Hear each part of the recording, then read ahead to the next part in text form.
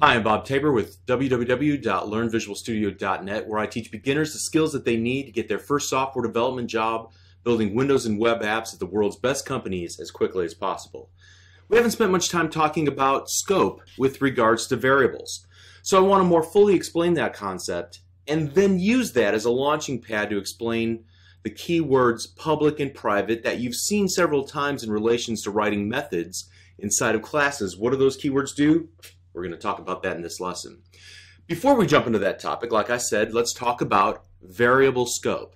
So let me start by saying that whenever you declare a variable in a block of code, that variable is only alive for the life of that code block, meaning that when the code block is finished executing, the variable that was defined inside of that code block is no longer accessible, and its values are disposed of by the .NET Framework runtime.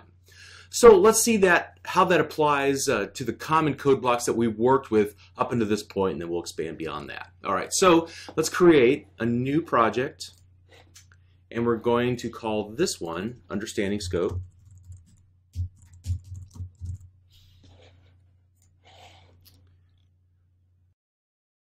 To begin testing how variable scope works, I want to begin with a simple code example.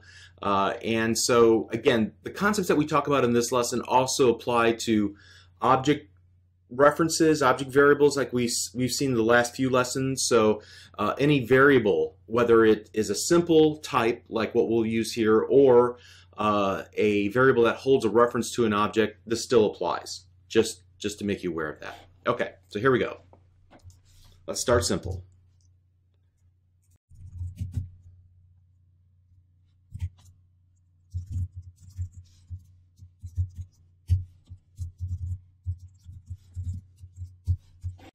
All right, and so if we start debugging this simple application, you should see the results 0 through 9 printed to screen. There's no surprises here, right? Okay. So now what I want to do, though, is just test the boundaries of this variable I. It was defined here at the beginning of the for loop. Can we reference I outside of the for loop, outside of the code block where we created it? So let's try to console write line the last value of I, and already you can see that I'm fighting IntelliSense. When I try to type in the letter I, it wants to auto-complete to something else. That's your first sign that Visual Studio is not going to cooperate. All right, so and therefore it's really attempting to insert what it hopes would be the next logical identifier or keyword in that line of code. So I have to go back, as you saw me do, and attempt to edit this manually to force it to take the variable name I. And as you can see, there's a blue line and a red squiggly, all kinds of things Visual Studio is pointing to. And if I hover my mouse cursor over the red squiggly portion, it says the name I doesn't exist in the current context. All right. So it offers me a few other options. I can generate a property stub for I, or I can generate a field stub. I'll hit escape on my keyboard. So I just want to use the variable I. I just want to get to it. I mean, we're using it here. Why can't it work? Well, I try to run the application, get a compile time error. Obviously, it's not going to happen. All right. So what's the problem? Well, the problem is that the variable I is defined in the for iteration statements code block. Outside of that code block, I can no longer access I because it doesn't exist any longer. So I want to comment out that little test, like so, and move on to the next one. All right. And so let's go outside of the for loop code block, and I'm going to add a new variable j, and I'll initialize string j equal an empty string. And then what I'll do inside of the for loop is I'm going to set j equals I.toString, like so, and I'm just going to leave everything else the way that it is, but below it I'm going to go console.writeLine, and I'm just going to set outside of the for, and I'm going to use a new string concatenation character, just the plus symbol instead of the string formatting. Could have used it. Just wanted to show you a different way to go about it. That's all.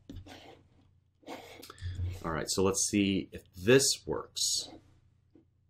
And so you can see we get 0 through 9 in the for loop, and then the very next thing we get is outside of the for loop, the value of j is is 9 because the last set of j was to the last iteration of I, okay, and that's why we get it. But more importantly, we see that since the variable j is defined outside of the 4 iteration statements code block, not only is it accessible inside of the inner code block, but it's also accessible outside of that as well with whatever value was assigned to inside of the code block.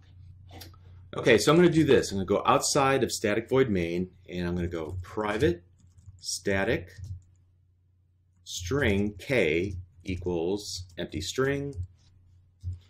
All right, so before I go any further, I've never demonstrated this before. When you declare a variable at this level as a child to the class itself, you're creating a field. Fields are like properties, but they have a subtle difference. I briefly mentioned the difference between getters and setters and how an advanced version of properties you're able to write your own code that kind of becomes the gatekeeper for the setting and getting procedure. All right, I mentioned it very briefly. Don't worry if you don't understand that. But the subtle difference between properties and fields is that fields just don't give you that ability. And so up to now, we've been creating those auto-implemented properties. They're basically the same as fields. I mean, we didn't write any getter or setter code to control that operation. So essentially, they're the same. And so I don't want to talk about the subtle differences anymore between fields and properties. It's not really pertinent to this conversation. However, in this case, notice that I'm adorning it with the private keyword because I don't want it to be accessible outside of this class. I'll have more to say about that in just a few moments here. So finally, I also adorn the private field with the keyword static since I plan to use this field inside of the body of my static void main. So remember, a static member is accessible across all instances of the class, and all of the methods, properties, and fields that it utilizes have to be static as well. So that's why I used static, because I plan to use this new field inside of my static void main. All right, so let's go ahead and continue on with this next example. So we have underneath the assignment of j, I'm going to assign k equals I dot toString as well. Seems a little pointless, but we're just trying to familiarize ourselves with the scope. And so k, set it the same way like that. All right, so do you suppose that this will work? Will we be able to retrieve or set the value of k and retrieve the value of k since it was defined out here at the class level? Let's go ahead and run our application and see. And it actually does work. We've defined k in the outermost code block at the class level. We were able to see the value of k inside of the inner code blocks, both in the for loop and in the static void main code block as well. All enclosed or child code blocks have access to that variable because it's defined outside of that code, of those code blocks. So to reinforce this idea, let me do one more thing here. I'm going to go right here inside of the for loop, go if I equals 9, then I'm going to create a new variable, string L equals I dot toString. All right, fair enough. So now outside of that, let's go console.writeLine, and then we'll just do L like so. All right, and you can already see the red squiggly line under the variable L. The name L does not exist in the current context. All right, so based on what we've seen so far, will the variable L be accessible to that console.writeLine statement? Well, no, because the variable L doesn't exist in the current context. It doesn't exist except inside of this new innermost code block. And if we try to run the application, we'll get that same exception at compilation time. All right, so let's comment out that line of code. And we're also going to comment out this line of code with the value of k. And what I want to do is create a helper method static void helper method, and all we'll do inside of here is console.writeLine and k from the helper method.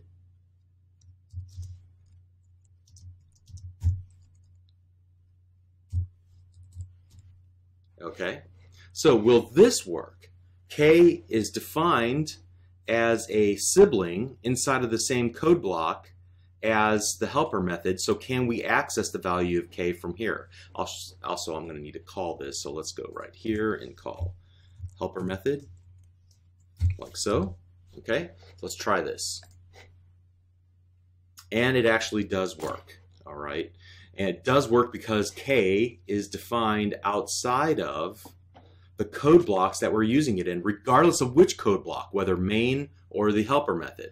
All right, so hopefully if you've had any confusion or misconceptions about variable scope, we were able to clear it up in this little example. All right, so let's move on now to the bigger topic, which is that of accessibility modifiers, you know, the use of the keywords public and private. Well, in the methods that we've written in previous lessons, we always started with the word public or private. These are called accessibility modifiers, and they're used to implement another tenet of object-oriented programming called encapsulation. In a nutshell, classes should be black boxes, and think of those old-style television sets. Maybe your parents or grandparents, or maybe even you, if you're old as I am, remember having to get up and turn a button to turn on and off the television. And then there might be a dial that you would actually have to get out of your chair to change the channel. There were no remote controls back then. And then another dial on the television set just to adjust the volume. It also had a place to attach an antenna and maybe an electrical cord with a plug on the end that you would plug into the wall. All right, and that was it. Everything else about the television was self-contained. And so as a kid, I was fascinated when my dad would pop off the back of the television to fix something. To this day, it still seems like magic because I absolutely know nothing about the innards of televisions. All I know is the public interface, the button, the two dials, and the fact that you could hook up an antenna, whatever that did, and the fact that you could plug it into the wall, which I suppose supplied electricity to it, okay? Frankly, to use the television, that's all you need, right? The same should be true of classes. All of the important behind-the-scenes functionality should be encapsulated behind interfaces like public methods and public properties. The class may have private properties, or rather private fields, as well as private methods that are used to enable all the magic that goes on inside of the class. But the consumer of the class shouldn't have to know anything about the inner workings of the class in order to operate it, okay? All they need to know are what's exposed publicly through the public properties and methods, all right? So in a nutshell, private means that the method can be called by any other method inside of the same class, but not outside of the class. So you use them to create private helper methods, just like we've been doing up until this point. We learned several lessons ago, and we've been using that terminology of a helper method. Essentially, when I use the term helper method, I'm talking about a private method that supplies some additional functionality to those public methods that are exposed then to anybody who needs to work with the class through that method, okay? So a public method is going to be used by outsiders. Private methods are only going to be used by insiders, methods in the same class. All right, so let's do this. I'm going to comment out just about every line of code here that we've got so far, including this, including all of this, all the way down to the read line there. And I'll comment all of this out as well. All right, make sure you do that. Okay. And we'll make some room for ourselves here to start the next part of this lesson. All right, so let's go ahead and then create a new class. And we'll create a car class again, since we're familiar with that. And I'm not going to create any properties right now. I'm just going to create two methods, a public void do something and then a private string helper method. And here we're just going to return hello world. And yes, this isn't a very realistic example. You would never need a helper method to just return the words hello world, but we're just focusing on the public and the private nature of these methods. Okay, so here I'm going to do console.writeLine, and I'm going to call the helper method from inside here. All right. Now I want to make this point clear. If this were real code in a real project, I would never ever add a console.writeLine in the body of a class method. That's the responsibility of presentation code, not this car code, which I would call the domain class. Okay, I realize you have absolutely no idea what I'm talking about. Just never do it. I'll explain the reasons for this in the series that I create on application architecture on my own website, www.learnvisualstudio.net. When we talk about layering your applications, giving responsibilities to certain layers of code, and then assigning, delegating those responsibilities to the given classes and methods and such. All right, so let's just move on from there. All right, so then to call this from our static void main, what I'm going to do is car equals new car, and next I'm going to do car dot, and notice that IntelliSense shows the public do something method, but not the private helper method. All right, so already IntelliSense is pointing us away from the usage of helper method because it's private and we can't access it from outside of the class. So in a sense, the consumer of the car class has no idea that the helper method even exists. All it knows is that in order to accomplish its task, it needs to call do something, the do something method. Now I say, in a sense, obviously we as developers can read the source code and we can see the innards of do something, and we can see how it works, how it calls the helper method and how it works. But if we became the main method and we saw it from the main method's perspective, we wouldn't be able to see how it worked internally. Now, admittedly, this is extremely mundane. It's a simple example that's only real value is to illustrate the notion of encapsulation, hiding the implementation, exposing the interface. All right.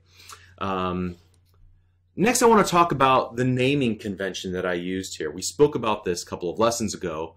Whenever something is public, it should start with a capital letter, like the capital D in do something and the capital S in something. All right, and so this is called, it should start off with a capital letter and then use camel case from that point on. So whenever something is private, it should start off with a lowercase letter, like the lowercase h in helper method. Now, this is just a naming convention. Are you free to break this convention? Absolutely. You don't have to pay attention to this, but you might do so at your own peril. Other programmers are going to look at your code and they're going to say, dude, what were you thinking? Okay, it's just an easy way to identify the accessibility of a given method by looking at its naming convention. All right, I would assume that without even having to look at anything to the left, that do something was a public method, and without having to look at anything to the left, I could tell that this was a private method. All right, so the same would be true for variables and things of that nature. Notice that all the variables that we used here earlier, I, J, K, L, all right, they're all lowercase. If I wanted to make something public, I would capitalize the first letter. So again, it's just a naming convention for you to consider, but I highly recommend it. All right, so what's the purpose of this pithy little example that we just developed here below? Well, I really want you to start thinking about primarily using this information with regard to the .NET Framework class library. However, when you build your own custom classes someday, you should strive to expose public methods that give a simple, straightforward, obvious usage for your class while keeping other helper methods and functionality privately tucked away and unavailable to prying eyes. You don't want developers just fiddling around with the innards of your classes and potentially misusing your class. You want to give them a way to use the class properly through the methods that you design. This also removes ambiguity and it makes its usage much clearer as well. So in the .NET Framework class library, methods and properties are exposed using the keyword public. Now, they may also use private methods and fields, but you would never know. They may use other types of accessibility modifiers as well, such as one called protected. And a protected method in a base class is visible only to its derived classes, but to no other classes. Why you'd want to use that, again, that's a topic for another day. Don't want to talk about much about object-oriented programming, the philosophy behind it, but that is the technique or the tactic that you can use to achieve that functionality. So private methods in a base class cannot be seen by its derived classes. So as you can see, the accessibility modifiers like public, private, and protected provide different levels of visibility depending on what the author of the class deemed necessary. So just be aware of this. If you can't access something that you think you should be able to access, it might be because that particular method is hidden on purpose by the designer of the class. Okay? So just to recap, we talked in this lesson about variable scope, how variables have a lifetime based on the code block in which they are defined. When the current code block is part of the current scope of execution at runtime, then the variable will be available. When the current scope of execution no longer involves the code block, the variable will no longer be available. And we also talked about accessibility modifiers like public, private, and briefly about protected and how that might impact the way in which we use the .NET Framework class library, and even someday whenever we create our own class libraries.